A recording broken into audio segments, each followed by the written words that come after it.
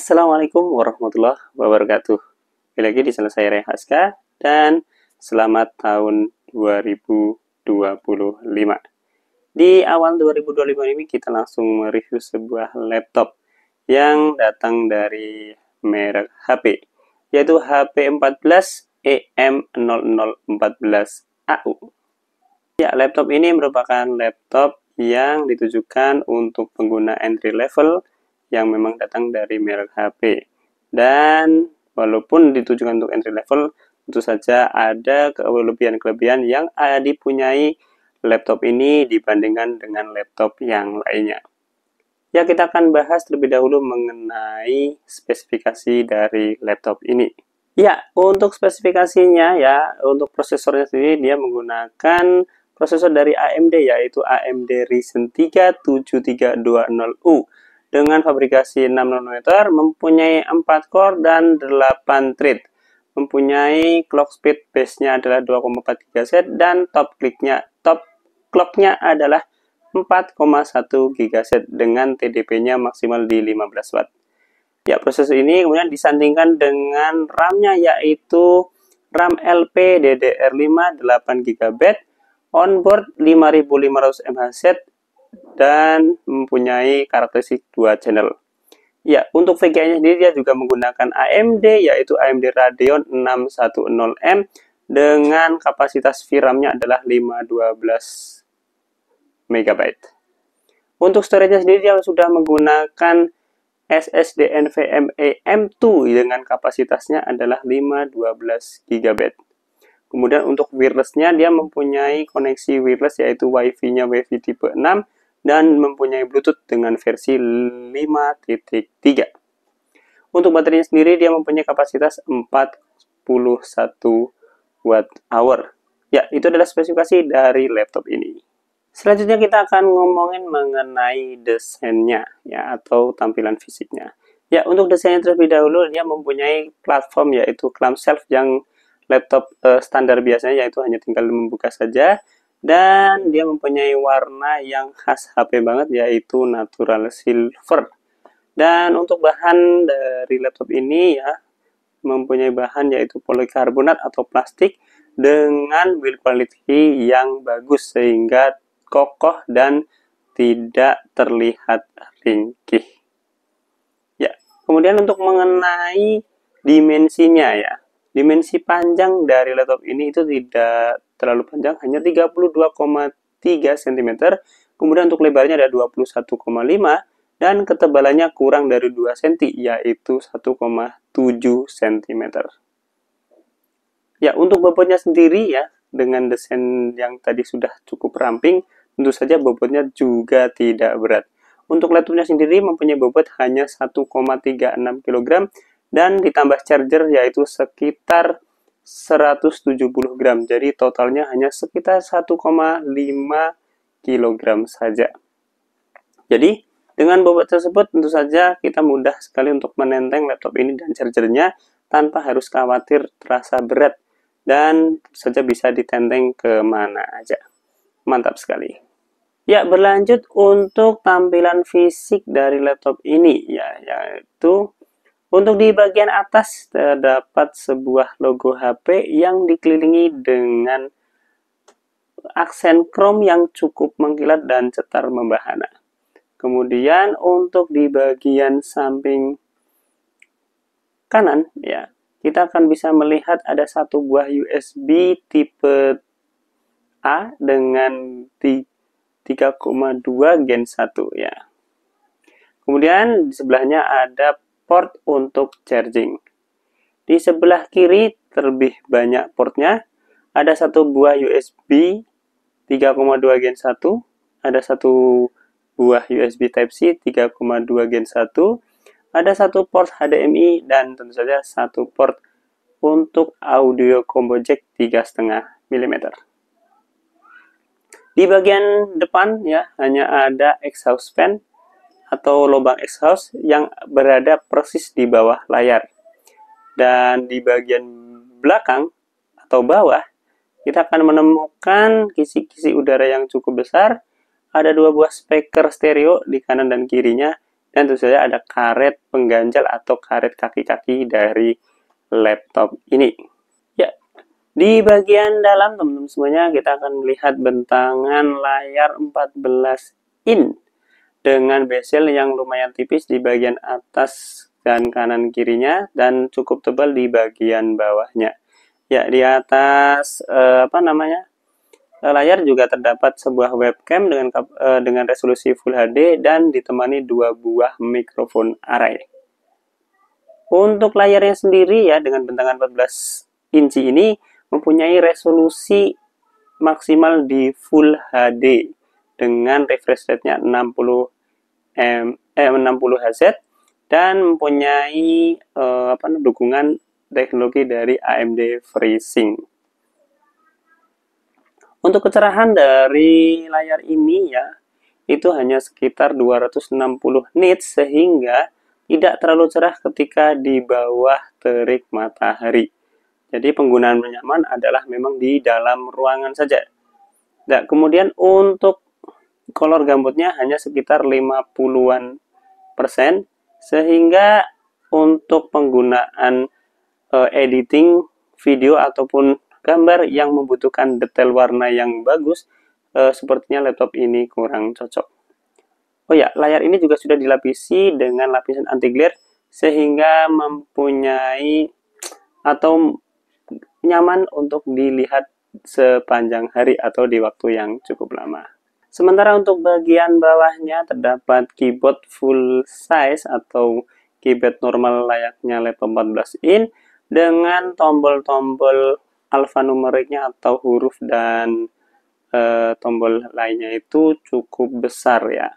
Hanya cukup disayangkan untuk tombol F-nya itu agak kecil dan mempunyai travel yang tidak terlalu panjang dan mempunyai feedback yang menurut saya sangat lunak sehingga mungkin teman-teman perlu pembiasaan ketika menggunakan keyboard di laptop ini.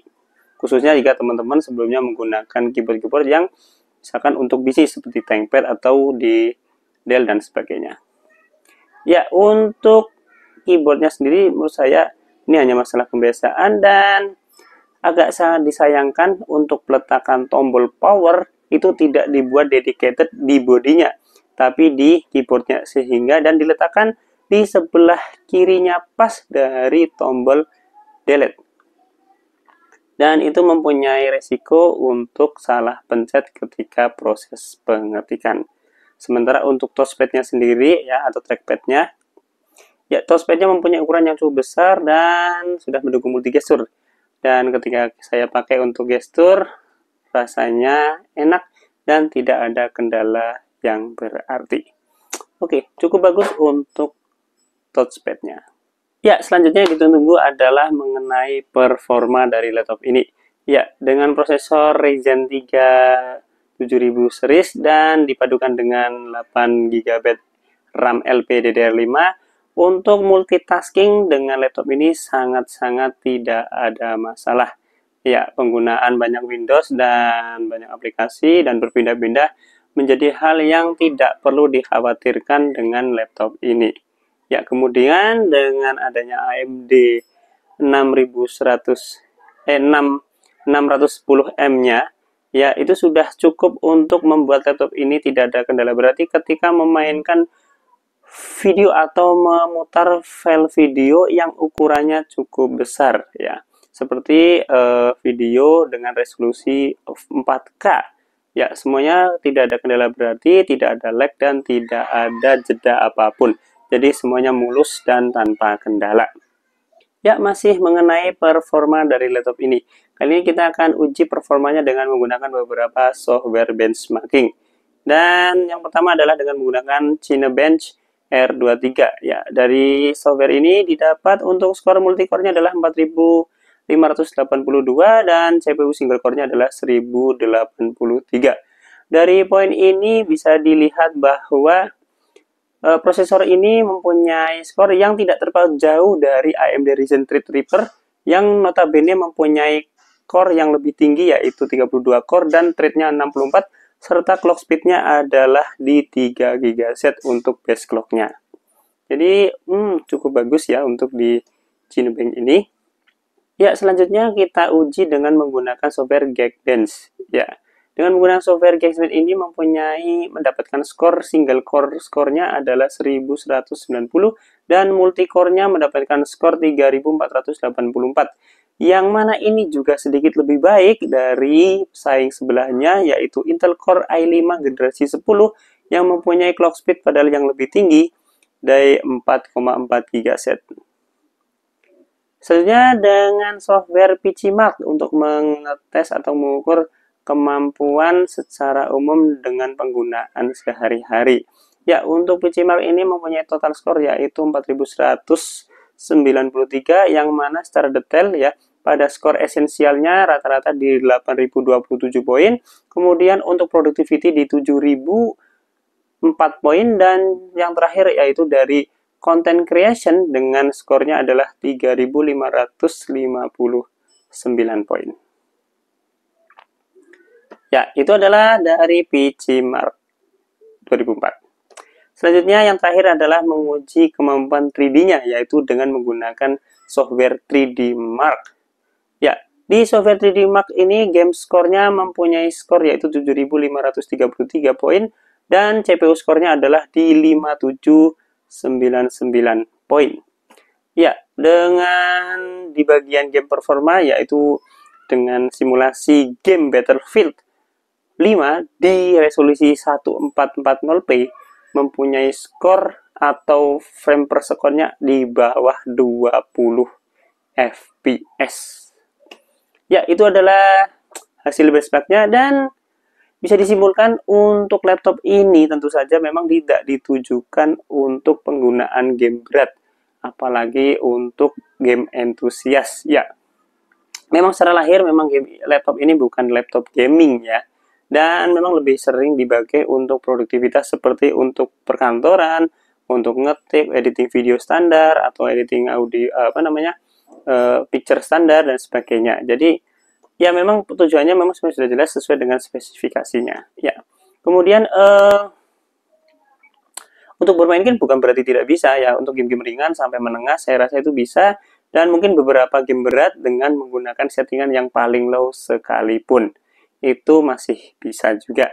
Oke, itu adalah performa dari laptop ini ya. Secara performa menurut saya cukup patut diacungi jempol ya dengan spesifikasi yang ada. Ya, selanjutnya kita akan bahas mengenai fitur-fitur lainnya dari laptop ini. Yang pertama dari kameranya ya. Kameranya mempunyai resolusi Full HD dan mempunyai mikrofon array di sampingnya, dan beginilah hasil dari penangkapan audio dan juga video dari laptop ini. Ya, teman-teman semuanya, ini adalah hasil penangkapan gambar sekaligus suara yang dihasilkan dari kamera dan juga mikrofon yang ada pada HP 14 ini ya. Seperti ini penangkapannya. Gimana teman-teman semuanya untuk gambar dan juga suaranya? Silakan teman-teman bisa tulis di kolom komentar. Ya, seperti itu saja. Oke, selanjutnya kita akan bahas mengenai speakernya ya. Dan teman-teman semuanya silakan bisa dengarkan kualitas speaker yang dihasilkan atau kualitas suara yang dihasilkan dari laptop ini seperti berikut.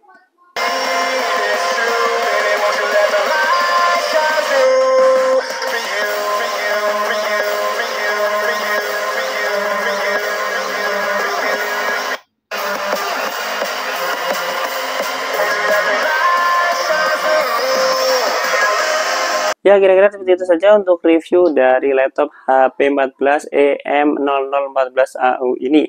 Ya, secara kesimpulannya, kalau menurut saya, laptop ini mempunyai lebih banyak kelebihan daripada kekurangannya. Kelebihannya adalah dia mempunyai performa yang cukup dapat diandalkan ya di kelasnya, dan kemudian saja mempunyai fitur-fitur yang cukup bagus seperti webcam yang sudah Full HD, suara yang cukup jernih, dan juga keyboard yang sudah punya backlight. Dan tentu saja layar yang sudah Full HD dan mempunyai lapisan anti glare juga. Ya, satu-satunya kekurangan dari laptop ini ya ada beberapa, mungkin yaitu pertama mungkin tidak dilengkapi dengan beberapa fitur keamanan seperti fingerprint ya, meskipun mungkin fitur ini juga cukup langka untuk laptop sekelasnya. Dan kemudian dia mempunyai RAM yang soldered atau tidak bisa di-upgrade lagi. Jadi maksimal cuma di 8 GB saja. Sisanya mungkin layarnya mungkin belum IPS ya, tapi ya oke lah, itu tidak menjadi masalah ketika memang teman-teman tidak berfokus penggunaan laptop ini di sektor editing yang butuh detail yang tinggi.